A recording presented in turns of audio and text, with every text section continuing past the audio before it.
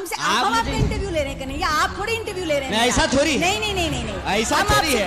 आप सवाल नहीं, आप सवाल का जवाब दीजिए। हम आपसे सवाल नहीं करेंगे क्योंकि आपने मुझे कह दिया कि मैं एक यूथ लीडर हूँ। आपने कहा कि नहीं पर कहा? हम यूथ लीडर नहीं ना है। हम एक तरफा सवाल नहीं सुनेंगे। पत्रकार का काम है सवाल पूछना और आप हम और सारी जिम्मेदारियों से भाग जाना।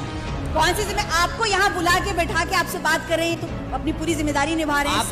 आप दिल पे मत लीजिए, हम आपको पर्सनली नहीं बोल रहे। नहीं हम नहीं ले। जो देश बताइए कि मेरे साथ मेरा नाम कन्हैया कुमार ही होता, लेकिन मेरा जो टर्न आउट है सालाना वो 5 लाख करोड़ होता, तो ना ये हमसे सवाल पूछती ना आप हमसे सवाल पूछते। नहीं। और हमारी बेटी की शादी में सुन लीजिए, हमारी बेटी की शादी में पूरा का पूरा बॉलीवुड डांस कर रहा होता। क्या बात करते हैं सर? कन्हैया सर, मैं आपसे एक क्वेश्चन पूछना चाहती हूँ कि आपने स्पीच बहुत अच्छा दिया और बहुत अच्छा हम लोग को भी लगा, बट आपने जितना स्पीच दिया उसमें कंटिन्यूअसली नरेंद्र मोदी का बुराई किया गया है।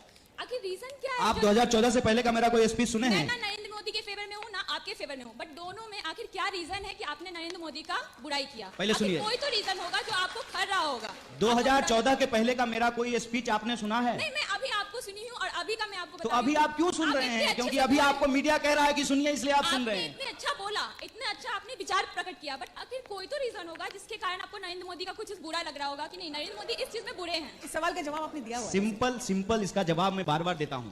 नरेंद्र मोदी आज देश के प्रधानमंत्री हैं और बतौर नागरिक हम आज के प्रधानमंत्री से सवाल करेंगे, देश के पहले प्रधानमंत्री से सवाल नहीं करेंगे। ये सिंपल सी बात जी। और रही बात मेरी वफादारी पे, यदि आपको शक है, सिंपल समझ लीजिए कि मैं एक पार्टी के खिलाफ हूं और दूसरी पार्टी का अंध समर्थक हूं, अगर ऐसा आपको लगता है तो 2014 में हम पैदा नहीं हुए थे। हमारा जन्म जो है उससे पहले हुआ है। 2014 से पहले भी हम फेसबुक पे थे।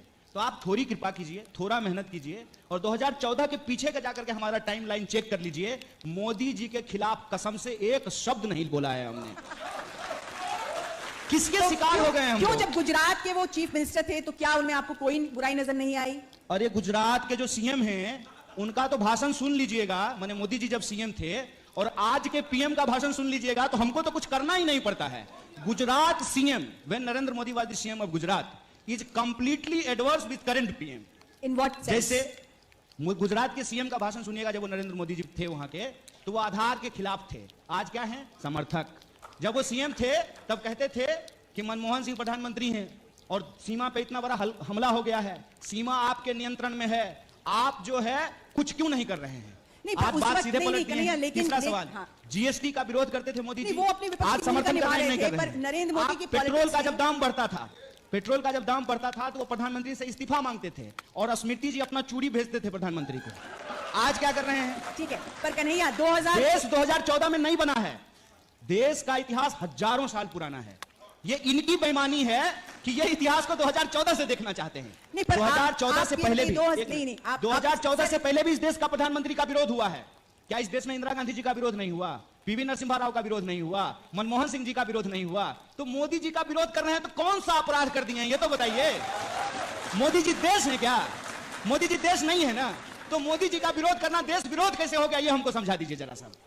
और रही बात आपके पास क्या अल्टरनेटिव है, वो सवाल पूछे, हम आपको अपना अल्टरनेटिव बताएंगे। लगाए जाते हैं कि आपको अपने जात की वजह से आपको ज्यादा पॉपुलैरिटी मिली, तो आप इससे कितना सहमत रखते हैं या फिर नहीं? और दूसरी सवाल ये कि जैसा आपने कहा कि ये मीडिया जो जिस तरह से दिखा रही है, जो प्रचार जिस तरह से बढ़ा है, ये और ये कह सकते हैं कि जिस तरह से पॉलिटिकल कंसल्टेंसीज जो आई हैं, जिस तरह से नेताओं को बेच रहे हैं, मतलब दिखा रहे हैं ये प्रोडक्ट अच्छा है, ये प्रोडक्ट आपका बेस्ट है, तो आप कितना समझ आपसे मैं ये जानना चाहता हूं कि ये जो प्रचारवाद बढ़ा है, ये जो प्राइवेटाइजेशन बढ़ा है पॉलिटिकल कंसल्टेंसीज के रूप में, वो कितना जिम्मेवार है लोगों के सपनों को बेचने में और हम लोग हमारे हम हो गया। आपका सवाल समझ में आ गया, आपका सवाल समझ में आ गया कन्हैया।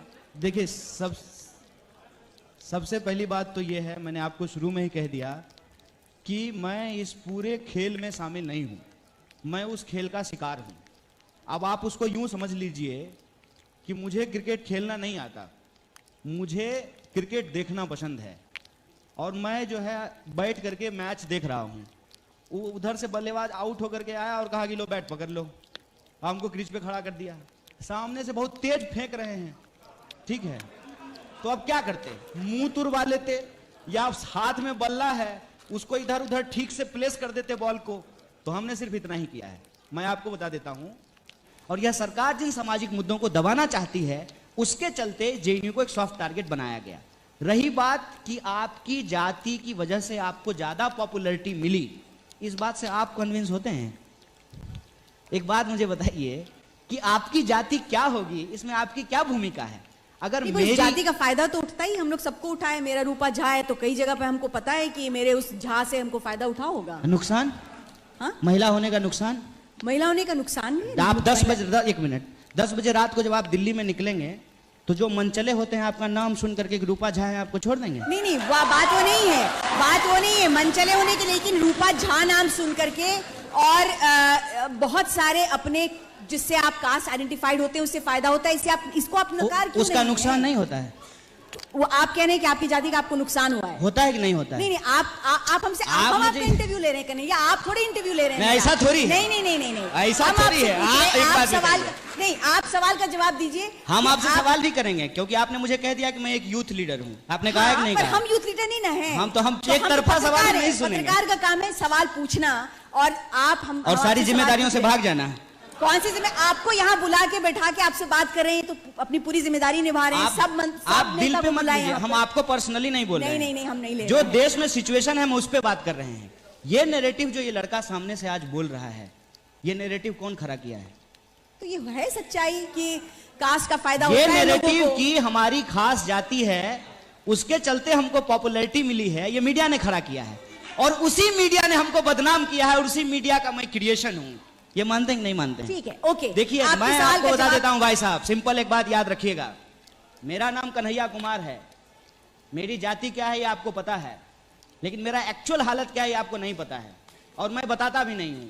मुझे अपनी मां को लाइन में लगा करके प्रधानमंत्री नहीं बनना है, मैं नहीं बताता हूं। लेकिन एक बात मुझे आप बताइए कि मेरे साथ मेरा नाम कन्हैया कुमार ही होता, लेकिन मेरा जो टर्न आउट है सालाना वो 5 लाख करोड़ होता, तो ना ये हमसे सवाल पूछती ना आप हमसे सवाल पूछते। नहीं, और हमारी बेटी की शादी में सुन लीजिए, हमारी बेटी की शादी में पूरा का पूरा बॉलीवुड डांस कर रहा होता। क्या बात करते हैं सर? सामाजिक सच्चाइयों को ऐसे उड़ा नहीं देना चाहिए। और अगर मुझे अपनी जाति का फायदा लेना होता, एक बात बताइए, तो मैं लाल सलाम के साथ जय भीम का नारा नहीं लगा रहा होता।